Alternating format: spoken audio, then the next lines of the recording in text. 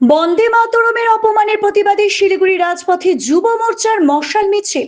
গতকাল ৮০তম স্বাধীনতা দিবস উদযাপনের সময় কংগ্রেস নেতা রাহুল গান্ধী ও সোনিয়া গান্ধী কর্তৃক বন্দে মাতরমের সঙ্গীত অর্থাৎ ভারতের জাতীয় স্রোতের চূড়ান্ত অপমানের প্রতিবাদে ভারতীয় জনতা যুব মোর্চা শিলিগুড়ি সাংগঠনিক জেলার পক্ষ থেকে এক মশাল মিছিল শিলিগুড়ি হাসমি চক থেকে শুরু হয়ে সেবক মোড় হয়ে পুনরায় হাসমি চকে এসে শেষ হয়।